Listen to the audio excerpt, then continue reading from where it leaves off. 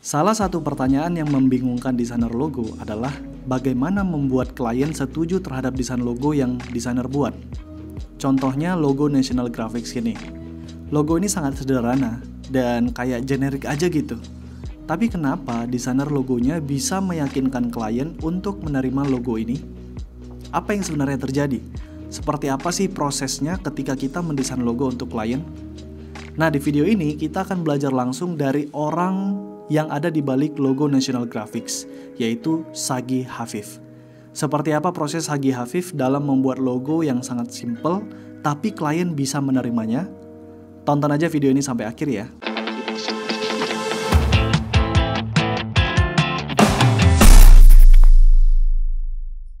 Halo guys, selamat pagi. Ini aku mau berangkat ke studio.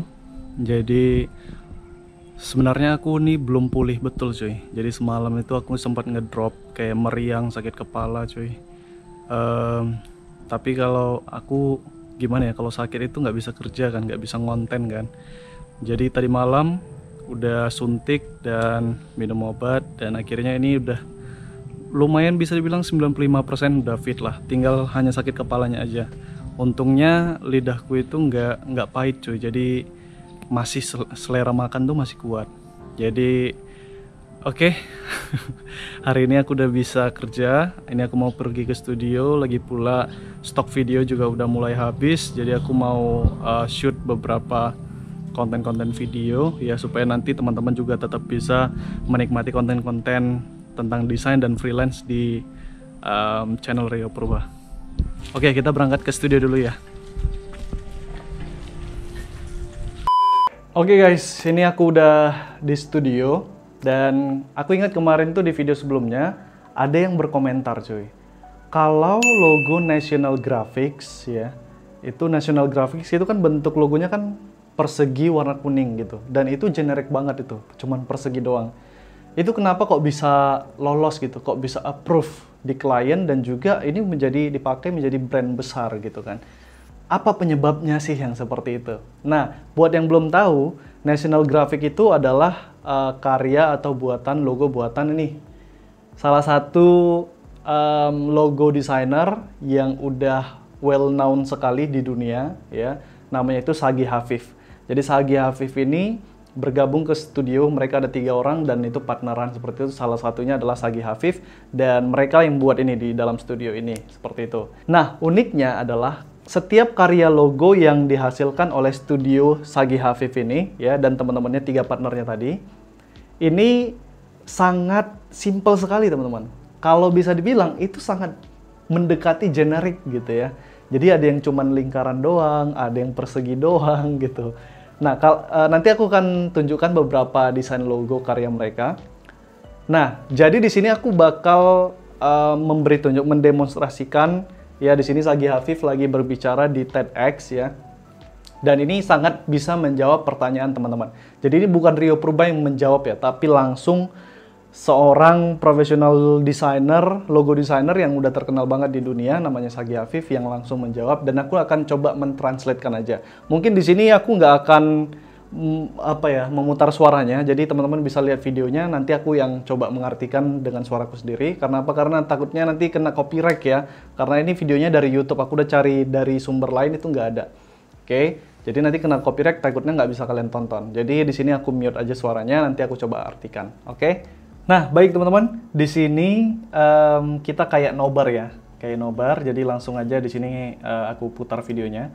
Jadi ini adalah salah satu klien dari Sagi Hafif ya, dan partnernya tadi ada 3 orang. Jadi nama perusahaan ini, atau ini kayak komunitas atau gerakan gitu ya, namanya itu Conservation International ya, conservation. Jadi kayak perlindungan alam, hewan, terus juga campaign-campaign perlindungan anak, kayak gitulah ya. Jadi kayak tentang kehidupan atau bumi, kayak gitulah ya. Nah, ini adalah Laura Bowling ya, dari konservasi tadi, yang in charge itu, yang akan fokus mengurus tentang logo ini, dan dia mengajak kerjasama studionya si Hafif ya, Sagi Hafif. Oke, jadi di sini Sagi Hafif bilang Mereka sangat suka dengan logo ini, si conservationnya tadi ya, Conservation International. Mereka sangat suka gitu. Sedangkan dari pihaknya Sagi Afif, dari studionya, itu kayak ini nggak cocok kalau untuk menjadi logo mereka gitu dan terlalu ribet ya. Kalau teman-teman lihat karya-karyanya Sagi Afif itu sangat simple sekali teman-teman, sangat simple. Nah, jadi dari Sagi Afif ya melihat ini ketimbang jadi logo konservasi ini lebih cocok untuk menjadi logo Club Med ya. Di sini teman-teman bisa lihat Club Med ya. Club Med ini adalah kayak perusahaan Prancis yang bergerak di bidang resort, tempat tinggal gitu. Yang kayak ini teman-teman bisa lihat kan di sini ada kayak rumah kecil, ada pohon-pohon, ada binatang kayak resort gitulah ya. Nah, jadi dari pihak Sagi Afif itu nggak suka dengan ini. Nah, ini dia bilang they love it ya, they have it 30 tahun ya. Logonya udah 30 tahun dan mereka sangat suka dengan ini gitu. Oke. Nah, jadi di sini pihak Sagi Afif mengusulkan ya karena mereka si Conservation International datang kepada Sagi Afif. Nah, pihak Sagi Afif itu mengusulkan untuk mengubah total gitu ya untuk desain logonya dan mereka mempertanyakan kenapa harus mengubah total. Di sini dibilang presiden dari organisasi ini itu adalah seorang primatologis ya, primatologis kayak primata berarti itu kayak ahli atau orang yang mempelajari tentang primata-primata atau monyet segala macam ya. Makanya di situ ada simbol monyet cuy yang bergelantungan di pohon. Nah, di jadi si presidennya itu, presiden organisasi ini menggambar sendiri si monyetnya itu yang menggantung di logonya. Oke. Jadi ini bisa dibilang si presidennya turut ikut campur dalam membuat logo ini ya. Dan mereka mempertanyakan, so why change it well? Ya, jadi ngapain ngubah itu gitu kan? Biarkan aja itu ada di situ kayak gitu. Pokoknya kalian buat lebih modern aja lah. Kira-kira kayak gitulah kalau bahasa sehari-hari. Nah, si Sagi Afif bilang, kenapa berubah? Karena misi kalian ini udah berubah. Kalian menyampaikan, biasanya di awal itu kan ada briefing. Nah, di situ kami melihat misi kalian tuh berubah. Ya, di sini ya, mission changed from focusing on animals and the trees and the environment. Jadi misinya itu berubah dari hanya fokus kepada hewan, tumbuh-tumbuhan, lingkungan, menjadi fokus kepada issue that affects humans. Jadi kepada isu-isu atau masalah-masalah yang lebih mengarah kepada manusia. Kayak water fresh ya, air segar, air bersih gitu. Kemudian farmlands ya, food ya. Jadi kayak ketersediaan makanan ya. Dan bahkan isu-isu tentang kota gitu ya, mungkin polusi udara segala macam.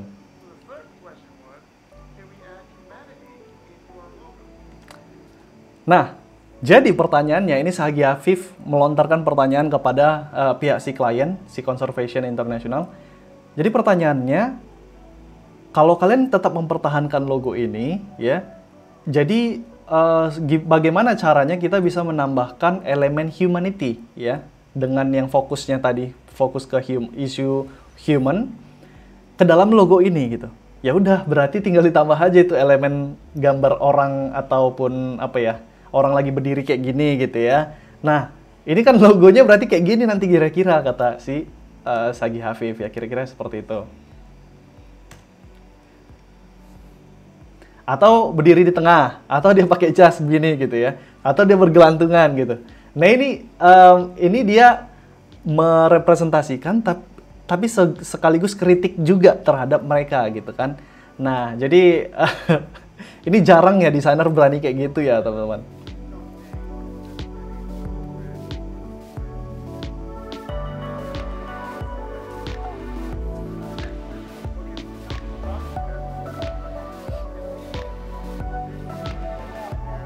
Oke, jadi di si Sagi Afif bilang, jadi biarkan kami, let us ya, buat something about humanity di dalam logonya. Dan ketika itu dicari, ya ternyata sudah banyak sekali logo-logo yang melambangkan humanity atau orang, gitu ya. Dan ini udah terlalu generik kan, kalau teman-teman lihat contohnya di layar.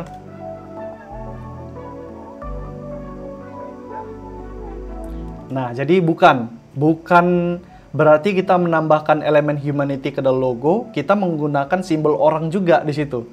Tidak, di sini dibantah langsung kan. Jadi kita bisa membuat elemennya lain tapi tetap mengarah ke humanity. Nah, ini menarik nih.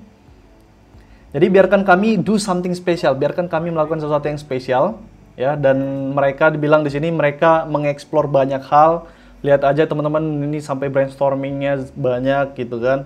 Nah, ini hasil brainstorming mereka dari hal yang berbeda.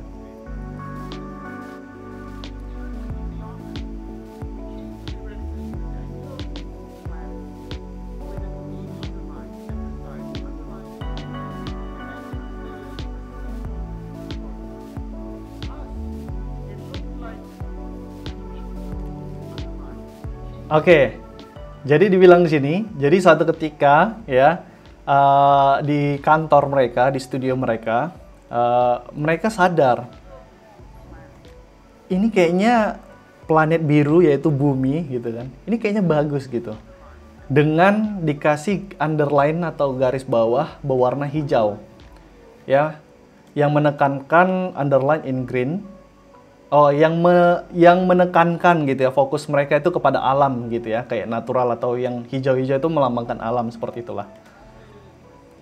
Dan mereka mentranslate atau mengubah simbol yang rumit tadi, bumi, kemudian ada alam atau garis bawah warna hijau tadi, menjadi bentuk yang sangat simpel seperti ini, teman-teman. Nah, ini sekaligus nanti bisa menjawab pertanyaan kalian yang kenapa ya National Graphics itu logonya petak doang, tapi kok bisa ada gitu. Nah, ini kan sama. Ini kayak persegi, terus ada lingkaran. Ini kan generik sekali kan. Nah, ini bentuk dasar sekali. Nah, kita akan lihat jawaban berikutnya.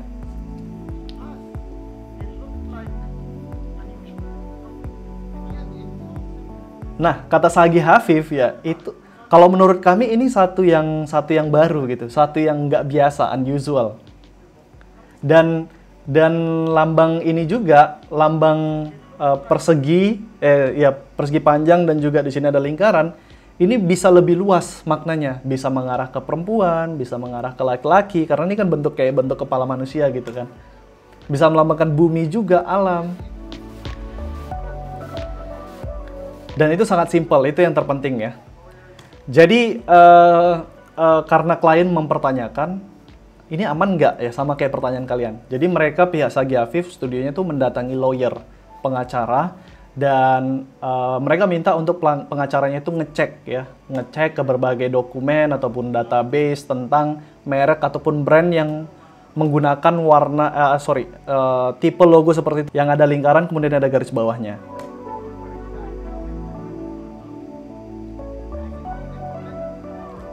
Oke, jadi lawyernya melakukan pengecekan dan mereka mendapatkan laporan dari beberapa brand di mancanegara di dunia yang melakukan sedikit hampir sama lah kasusnya dengan kasus yang International Conservation tadi. Oke, kita lihat hasil laporannya ya. Oke, jadi ternyata di dunia ini ada banyak logo-logo yang terlihat similar, yang look similar, teman-teman. Yang logonya itu hampir mirip. Nah, jadi ini antara logo Microsoft dengan logo Univision. Ya, ini hampir sama ya. Jadi di sini menggunakan elemen kotak, bedanya ini kotak yang di bawah itu di rounded dan ini kotaknya juga dibalik gitu, roundednya. Oke, tapi ini look similar. Nah, ini hasil pengecekan oleh pengacaranya tadi. Kemudian kita lanjut. Nah, di sini malah industrinya sama, gitu ya.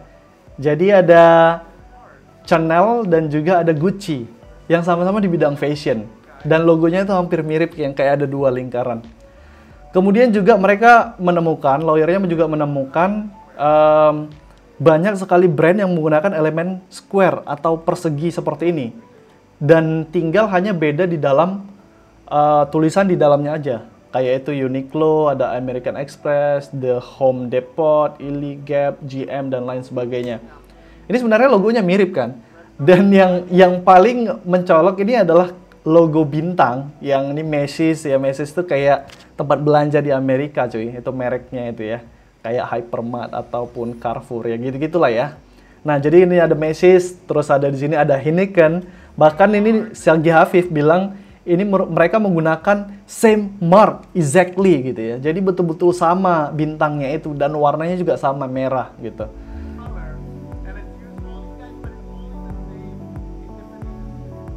Dan ini mereka beda industri ya, beda industri. Ada minuman, ada supermarket, ada sepatu dan lain sebagainya, dan mereka menggunakan elemen bintang. Bahkan pria ini gitu ya menggunakan bintang merah gitu ya. Oke, jadi dengan laporan yang dia temukan ya, laporan yang ditemukan oleh si pengacaranya tadi, jadi pengacaranya berkesimpulan, ya udah go ahead katanya. Ya udah silakan gunakan simbol ini atau logo ini dan propose itu kepada klien. Jadi dia bilang dalam artinya kesimpulannya ini tetap aman untuk digunakan. Jadi mereka got excited, ya mereka sangat senang sekali akhirnya mereka bisa nge-propose desain logo ini kepada klien. Dan ya seperti biasa mereka buat kayak branding guideline-nya ya. Jadi kayak mockup, terus di sini ada juga variasi desain logonya. Mereka juga buatkan ini contohnya di website conversion website mereka kayak gitu ya. Terus di mockup di baju, di botol minuman. Oke.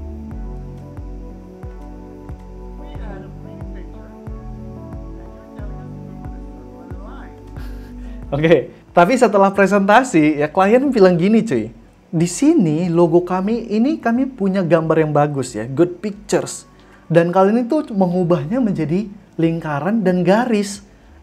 Apa maksud kalian gitu. Jadi biasa klien seperti itulah ya. Oke, ini menarik nih. Kalian harus wajib tonton nih sampai akhir karena ini pembelajaran banget ya buat teman-teman yang pengen jadi professional designer. Nah, mereka bilang, kliennya bilang, ini bukan kami banget, ini bukan kami ya. Nah, pada akhirnya teman-teman di sini akan belajar bagaimana kalian akhirnya bisa mempengaruhi klien untuk menerima konsep desain kalian. Oke.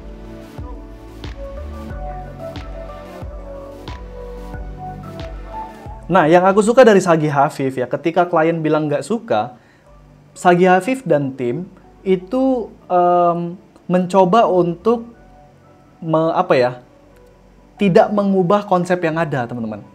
Jadi mereka tetap nge-propose desain logo yang awal, yang lingkaran dan garis, tapi mereka buat presentasi yang berbeda, yang bisa diterima oleh si klien. Oke, jadi bukan berarti si klien bilang nggak suka, ini bukan kami, ya, menggambarkan kami, terus kita desain konsep baru. Di sini Sagi Hafif tetap berusaha gitu ya, untuk membuat desain logo, konsep logo mereka ini deal gitu. Nah, di sini mereka buat kayak presentasi baru. Mereka menunjukkan di sini bahwa logo mereka ini bisa melambangkan orang, humanity. Jadi kayak ada lingkaran, terus di sini fokus kepada anak-anak, laki-laki, di sini fokus kepada anak-anak, perempuan, kayak gitu ya. Terus di sini juga ditaruh clipping mesh kayak lautan, di sini juga bisa taruh clipping mesh tentang daun gitu. Jadi bisa merepresentasikan banyak hal. Dan Sagi Hafif merasa ini sangat bagus ya, tapi kliennya tetap nggak suka.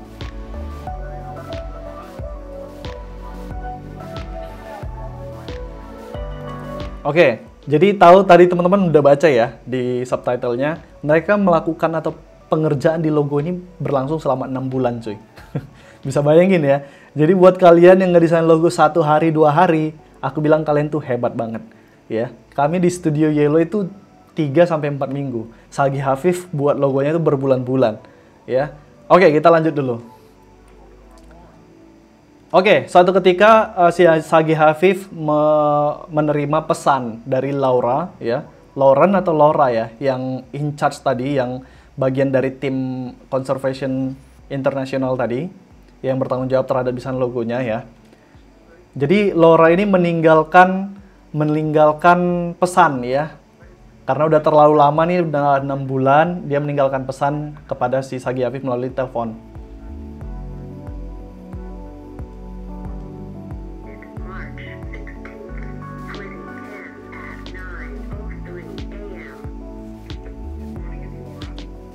Nah, good morning is Laura katanya.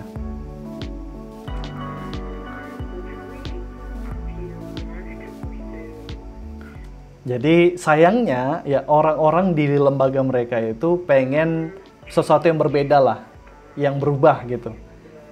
To give a logo movement. Nah ini menarik ya teman-teman. Jadi si Sagi Hafif membuat sesuatu yang merepresentasikan apa yang dibilang si Laura di telepon.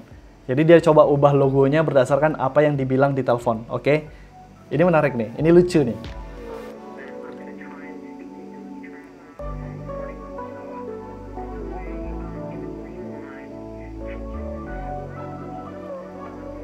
Oke, jadi kayaknya kami berpikir kayak garis warna hijau itu kayaknya harus ada perubahan. Nah makanya ini garis hijaunya berubah nih ya, dibuat Sagi Hafif. Sort of layers katanya, atau mungkin ada punya beberapa layers. Nah jadi langsung Sagi Hafif buat tuh ada kayak berlayer-layer kan.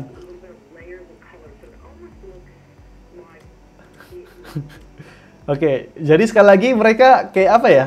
Apa yang dibilang klien mereka buat gitu, dan hasilnya langsung ditunjukkan gitu kan, kayak ini lucu sekali, ini nggak banget lah kalau apa yang kalian bilang itu diaplikasikan ke logo, ini kayaknya nggak cocok sekali. Dengan secara tidak langsung mereka mau bilang seperti itu ya, si Sagi Hafifnya.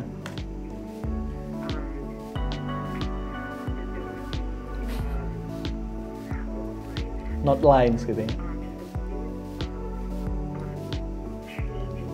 Change of dimension of color. Nah, makanya dibuat dimensi ya. Berdimensi seperti itu.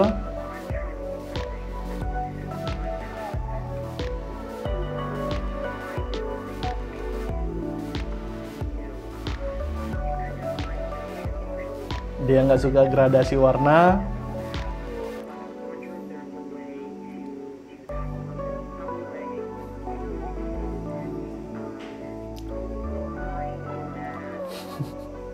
Jadi saya mau coba di logo itu ada menggambarkan kayak garis gitu ya, atau arrow, atau apa, anak panah gitu ya. Oke.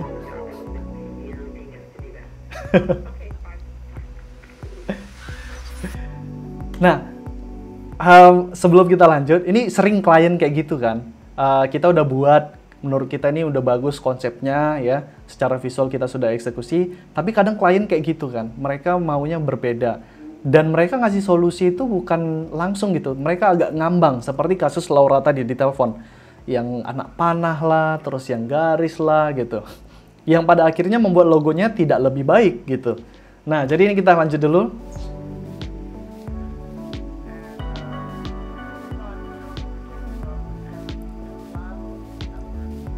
Oke, jadi mereka di sini hampir nyerah gitu ya, hampir nyerah. Tapi mereka tetap mau ngasih effort yang terakhir lah gitu, kerja yang terakhir gitu ya.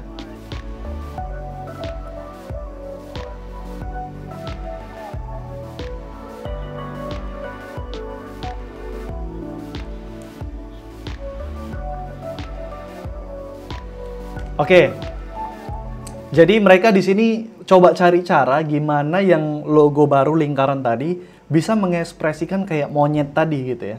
Monyet dan lain halnya. Dan di sini dibilang logo barunya ini, kami pengen ngasih lihat logo barunya ini sebenarnya adalah satu kemajuan, satu expansion itu apa ya? Kemajuan atau pelebaran makna, bukan malah penyempitan gitu ya. Not a reduction gitu. Memang terlihat lebih simpel, tapi maknanya jadi lebih luas. Nah, gitulah bahasa sehari-harinya.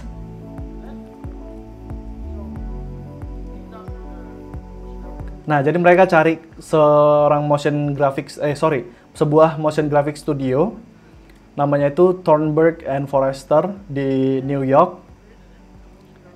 Dan akhirnya mereka membuat sebuah motion atau animasi ya, yang bisa betul-betul melambangkan sesuatu yang diinginkan oleh si klien. Teman-teman lihat. Monyet ya. Monyet, ikan, laut, orang, manusia, kerbau, lumba-lumba, anak-anak, gorila. Oke, dari semuanya itu menjadi bentuk lingkaran simple, Conservation International, dan garis warna hijau. Dan ketika mereka menunjukkan video ini, akhirnya pihak si Conservation International tadi, mereka setuju cuy. Akhirnya logo barunya di-approve. Ini luar biasa katanya. Aku nggak tahu apakah mereka setuju itu, apakah karena mereka udah capek dengan kami gitu ya. Udah 6 bulan lebih gitu ya. Tapi kesimpulannya begini teman-teman, kenapa klien itu akhirnya setuju? Si Sagi Afif dan tim akhirnya bisa mencari cara untuk menunjukkan ya arti yang sebenarnya dari logo tersebut. Arti dan sesuai dengan histori dari si Conservation International ini tadi. Yang mana ketika kita tunjukkan makna di dalam logo ini melalui motion tadi atau animasi tadi, itu mereka merasa relate. Oh ya memang betul bisa nih logo ini kayak ada monyet, ada apa tadi orang, ada lingkungan, itu digabungkan ke dalam lingkaran tadi semua gitu kan. Dan oh iya ini relate nih dengan kami nih.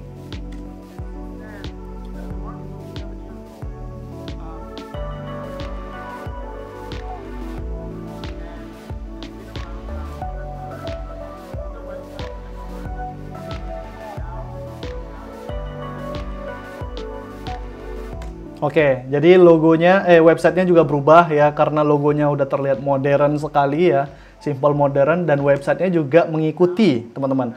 Sekarang website mereka udah berubah seperti ini, dan jauh lebih modern ya, mengikuti logonya.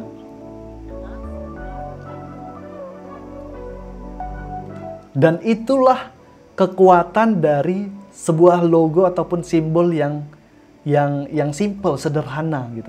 Logo yang sederhana bisa mempengaruhi banyak hal. Kayak website, terus pasti juga visual identity mereka di kantor, ataupun di seragam, atau dimanapun itu bisa berubah. Hanya gara-gara logo yang simple.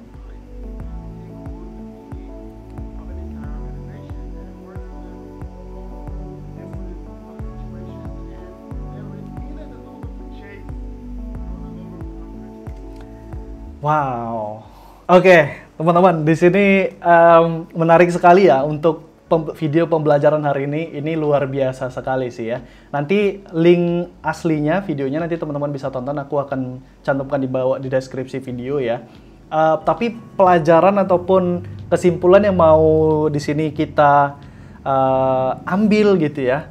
Pertama, aku berani bilang Sagi Afif dan timnya ini merupakan bukan seorang desainer, bukan semata seorang desainer, tapi mereka itu adalah seniman. Kenapa aku bilang seniman? Karena kita udah pernah bahas kayaknya di video sebelumnya itu ya, beda desainer dan seniman. Jadi desainer itu membuat sesuatu berdasarkan kebutuhan si klien. Kalau klien bilang A, ya A. Kalau klien bilang B, ya B gitu. Kalau klien nggak suka, artinya kita harus ganti desain logo yang baru konsepnya, dan kalau sampai si klien suka baru selesai kerjaannya. Kayak gitu ya, itu desainer ya. Nah, seniman itu nggak seperti itu. Seniman itu membuat sesuatu yang mereka pikir berasal dari internal ya, dari diri pemikiran, perasaan si artisnya gitu ya. Ketika dia buat, dan dia bisa mempengaruhi orang untuk suka dengan karya dia. Padahal dia buat itu bukan untuk orang lain, tapi untuk dirinya sendiri. Ngerti ya? Paham ya teman-teman? Dan di sini Sagi Afif melakukan hal tersebut teman-teman. Jadi mereka tetap kekeh, ini sangat bagus, ini cocok banget untuk kalian sebenarnya gitu. Walaupun kliennya nggak suka, tapi mereka tetap bisa meyakinkan sampai akhirnya di-approve atau disetujui. Itu kesimpulan pertama. Kesimpulan kedua adalah, di sini kita belajar ya, bagaimana cara nge-propose desain logo ya. Jadi di situ kita lihat prosesnya, bagaimana komunikasi yang awalnya desain logo dipropose nggak disetujui, terus mereka buat mock-up-nya tetap nggak disetujui gitu ya. Terus mereka juga buat kayak visual yang presentasi visual yang berbeda, mereka pakai image atau fotografi melambangkan orang di tengah-tengah lingkaran tadi seperti itu, dan tetap nggak disetujui. Sampai akhirnya mereka membuat sebuah video animasi motion yang merangkum seluruh atau semua hal yang dilakukan oleh Conservation International tadi gitu ya. Dan akhirnya membentuk logo lingkaran dan garis warna hijau tadi. Oke, jadi di sini kita belajar bagaimana kita harus berjuang sebenarnya sebagai desainer tuh harus mengedukasi klien kita gitu ya. Jadi kalau kita merasa ini bagus sebenarnya, dan kita pasti paham kualitas kita ya, itu hal yang sangat penting, teman-teman harus paham kualitas kalian. Jangan nanti kalian, sebenarnya desain logo yang kalian buat itu nggak cocok, tapi kalian, wah kata Sahagi Hafif itu, kita harus terus ya, nge-propose gitu ya, kata Rio Purba kita harus terus nge-propose desain logo kita ke klien sampai dia suka gitu ya. Nggak juga kayak gitu teman-teman. Tapi kalau teman-teman yakin ya, ini udah bagus banget, terus sangat sesuai, dan memang ini betul-betul unik. Ini kesempatannya kalau nggak diambil sangat sayang sekali. Udah di posisi itu gitu ya.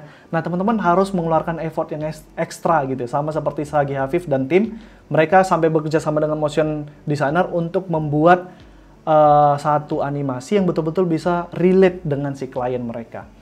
Oke, jadi itu 2 kesimpulan yang bisa kita ambil.